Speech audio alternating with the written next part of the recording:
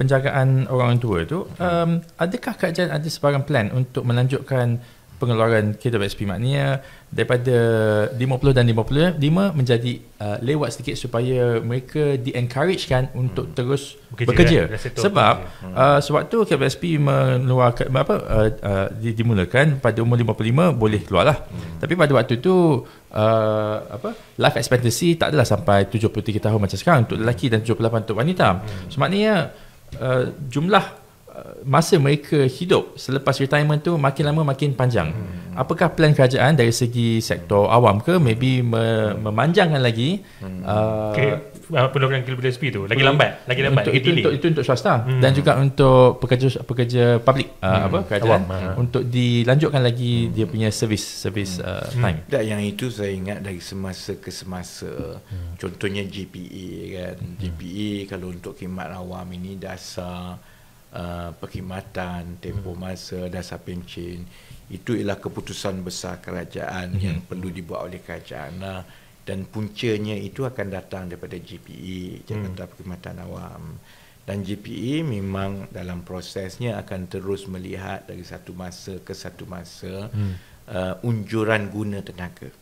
Kan, jadi setakat ini tak ada lah. Setakat ini tak ada yang tak ada bunyi-bunyi lanjut bunyi tak ada lah. Tapi ialah we have to be dynamic. Apabila dari satu masa ke satu masa projection itu akan berubah. Dia sama soal pencen lah kan. Contohnya soal ketidakmampuan dan ketidakmampanan pendekatan memberi pencen untuk penjawat awam ini telah pun disuarakan daripada awal 90-an. Maksudnya actuary ni daripada tahun 90-an lagi beritahu kalau you continue like this satu hari nanti you tak cukup duit untuk bayar pencen yang sedia ada. Kan? Tapi tak diambil tindakan. Tak ada siapa yang berani tindakan. Daripada 90-an, 2000, 2010 sekarang kita kena buat kan. Tapi sebenarnya signaling itu dan kajian itu telah dibuat lama.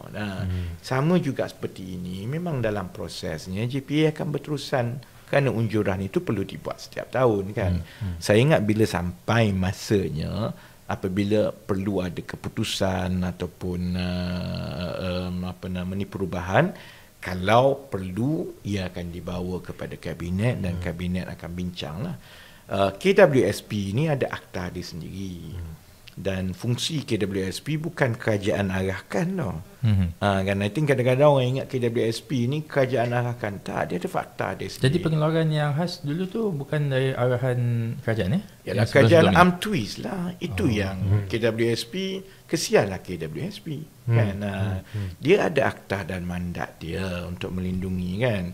Sebab itu setahu saya lah masa keputusan untuk keluarkan pengeluaran KWSP dulu, setahu saya yang saya kenal beberapa pengurusan KWSP masa tu tak setuju kerana dia tahu benda tu tak sustainable kan. Dan bila kita ambil alih contohnya kan, memang pada pengetahuan saya pengurusan KWSP memang tidak bersetuju untuk dibenarkan kerana mereka ada tanggungjawab mengikut akta dia untuk menjaga, dan oleh kerana dia satu tabung pencen kan, jadi dia ada actuary dia dan mengikut akta dia kena ada laporan actuary dia dari satu tahun ke satu tahun, dan memang ada proses dia. Apabila laporan actuary itu telah ada, dia tengok unjuran, maka apa perubahan, sama ada dari segi jumlah caruman, sama ada dari segi pengeluaran, had, umur dan sebagainya, yang itulah yang akan dipertimbangkan oleh agensi macam KWSP ni mengikut bidang kuasa dia di bawah akta, dan kalau perlu dibawa ke Jemaah Menteri, dibawa ke Jemaah Menteri lah. Itu juga proses yang sama dengan Perkeso contohnya.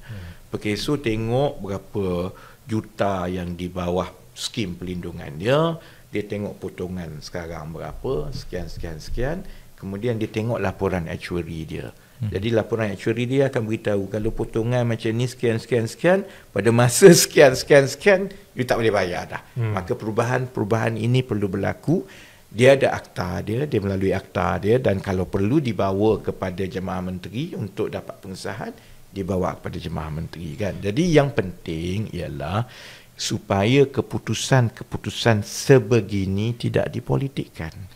Kan kita kena tengok kalau KWSP pada masanya kata dia perlu begini kerana ini diperlukan untuk kemampanan tabung pencen, maka ialah saya berharap kalau dia sampai masa saya dalam kabinet, saya objektif dan tidak politik kan. Dan mana-mana kerajaan selepas ini pun ambil pendekatan yang sama. Jangan jadi yang macam tahun sebelum-sebelum ini, yang mana tabung KWSP itu digunakan bagi tujuan populariti politik. Modal politik.